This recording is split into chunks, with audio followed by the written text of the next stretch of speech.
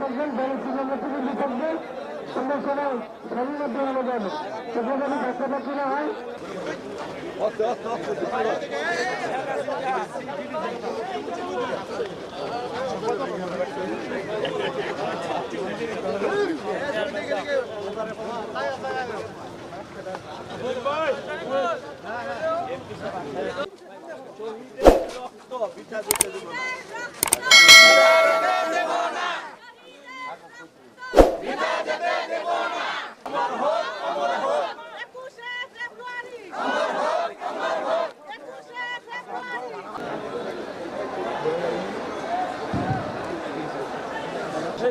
Kubaca Press Club এবং Locals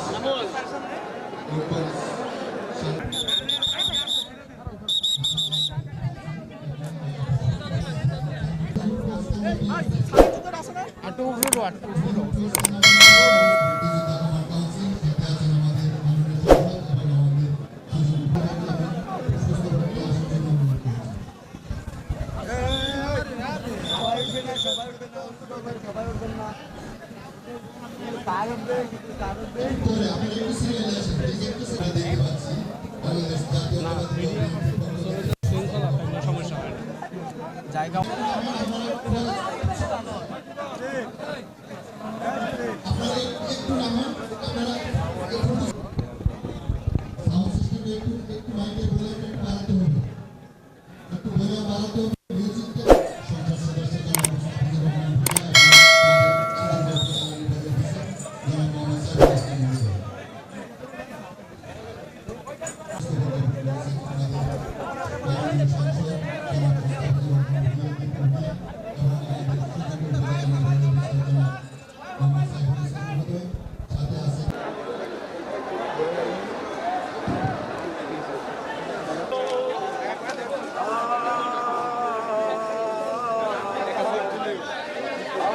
দেখিয়ে দিয়েছে মানুষের অধিকারের জন্য মানুষ কিভাবে করে লড়তে হয়।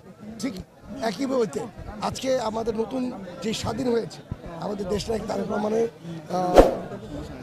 অধীনে আমি বলবো ওনার অধীনে আজকে এই দেশটা যখন স্বাধীন হয়েছে এইটাও একই রকম অনুভূতি আমরা পাচ্ছি। কারণ 17 বছর পরে আমরা মুক্তভাবে আজকে এখানে যারা যারা আন্দোলনে যারা শহীদ হয়েছে তাদের শ্রদ্ধা জানাতে পারলাম। এবার বাংলাদেশের প্রতিটি নাগরিক আজকে তাদের মনের ইচ্ছায় এইভাবে করে তারা শ্রদ্ধাটা জানাতে পারছে। আসলে বাংলাদেশের মাতৃভাষা দিয়ে আমরা শিখতে পেরেছি যে একটি ভাষা কিভাবে মানুষকে চেঞ্জ করতে পারে। আজকে শুধু বাংলাদেশের এটা মাতৃভাষা না, এটা ইন্টারন্যাশনাল মাদার টাং হয়ে গেছে। কারণ সারা পৃথিবীর এটা একটা বিরল ঘটনা, যেই ঘটনা যে মানুষের ভাষার জন্য মানুষ শহীদ হতে পারে, এটা বাংলাদেশ থেকে শিখেছে। কারণ বাংলাদেশের মানুষ সবসময় প্রতিবাদী মানুষ, তারা কখনো অন্যায়ের বিরুদ্ধে প্রতিবাদ করে আসছে। আমি আশা করব বাংলাদেশের মানুষ এইভাবে করে যাতে যে কোনো অন্যায়ের বিরুদ্ধে ভবিষ্যতেও যদি কোনো অন্যায় থাকে যাতে সবাই মিলে প্রতিবাদ করে বাংলাদেশের যে কোনো অন্যায়কে আমরা প্রতিবাদের মাধ্যমে যাতে এই দেশের সবসময় কল্যাণমূলক কাজে যাতে আমরা চলে আসতে পারি, এটাই আমার সবার কাছে আহ্বান থাকবে। ধন্যবাদ সকলকে।